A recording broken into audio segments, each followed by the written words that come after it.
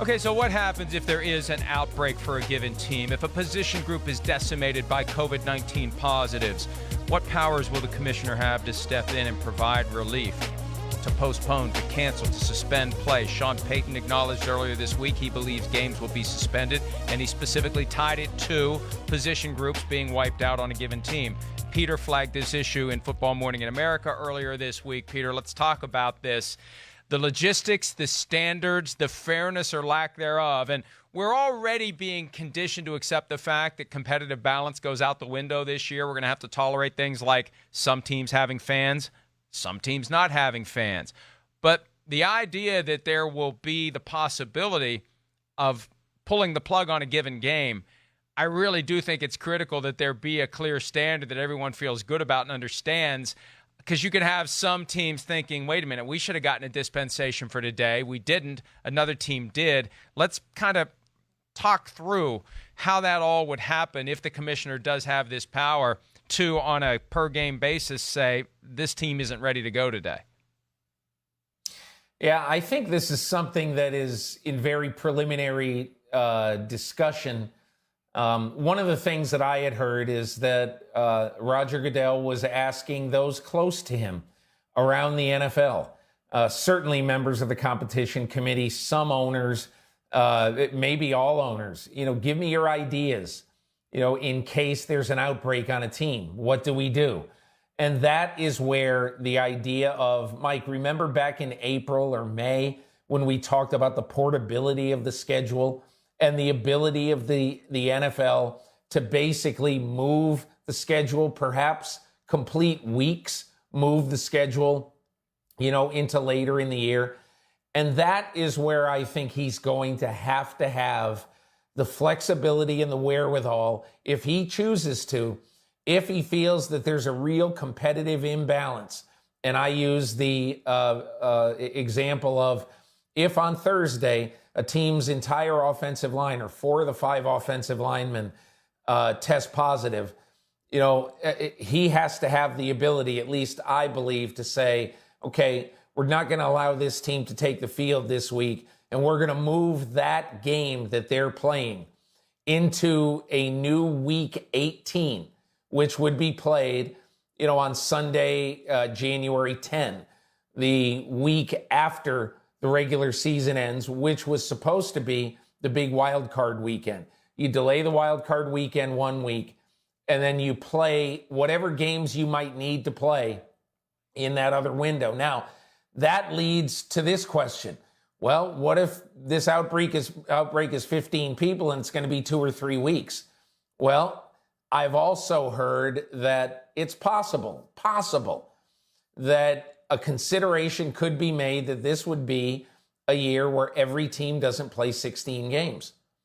And everyone is going to be totally up in arms with that. I get it. But I remember writing this after talking to NFL people in May. And I wrote that after talking to enough of them, people have to be ready for what I called a wholly unfair season. Because I believe this has the potential to be a wholly unfair season. What are you seeing in baseball right now? The Philadelphia Phillies are going a week without playing baseball games.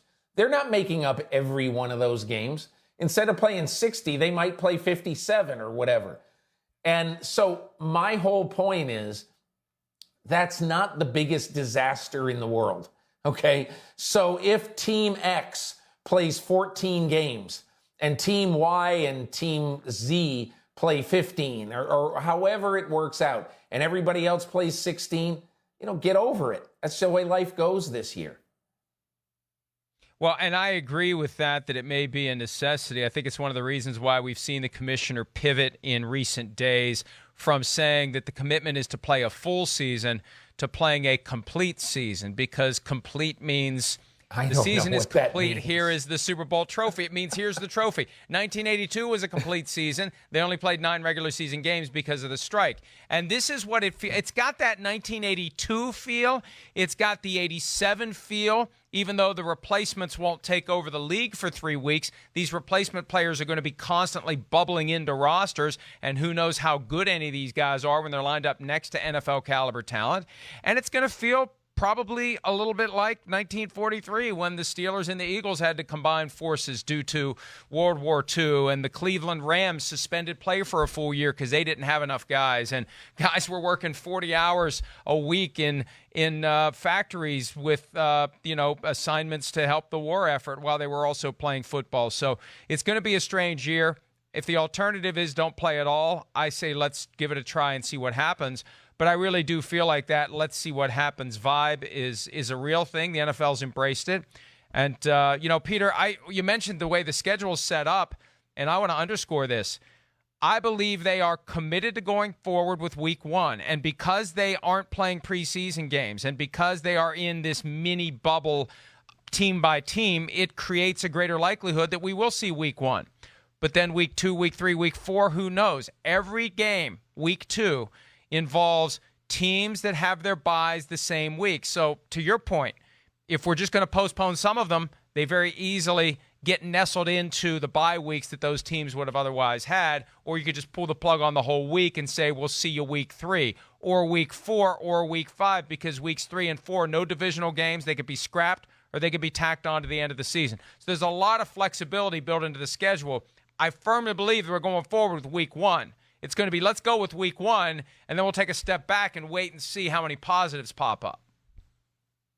I think the one point to keep in mind as you think about the schedule is that, there have been people in the scheduling department, not just Howard Katz, who've worked on this schedule and done this for more than 10 years. And their job, essentially, is to think of every single possible ramification. So I will guarantee you, in a league right now where Roger Goodell says hope is not a strategy, there is a lot of work being done behind the scenes to make sure that they are surprised by nothing. Well, and the thing is, this year we're going to be surprised by everything, and there will be plans that are made ahead of time, plans that you come up with on the fly. And the commissioner, I think, is going to be far busier this year than he is in any other football season. Usually, the highest profile person from the league office, Peter, once the season starts, is the head of officiating. I think this year the commissioner is going to be a lot more involved. He's going to have to be involved. There's going to be some tough decisions to make if these outbreaks happen. And you're right, we may have some teams with 15, 14, 13 games, some with 16. Who knows? Who knows what? We were talking about this earlier in the week. The over-under, average game per team, I'd put it at 9.5 right now. I realize because that's right at the spot where I'm not quite sure how many games we're going to have when it's all said and done. And maybe 10.5, maybe 9.5 would make me inclined to bet the over. I always look for that number that makes me think I'm not really sure. Maybe 10.5. I don't know, Peter. What's your sense of what that magic number is between how many games we will and won't see? I think you're going to see at least 14 games per team. Look, the NFL has come too far and done too many things to try to make this season happen. I will be extremely surprised if there are these pockets of outbreaks that force the NFL to cancel, let's say, 7 weeks per team. Hi, I'm Mike Tirico, and thanks for watching. Make sure to hit subscribe for the latest news and highlights from NBC Sports.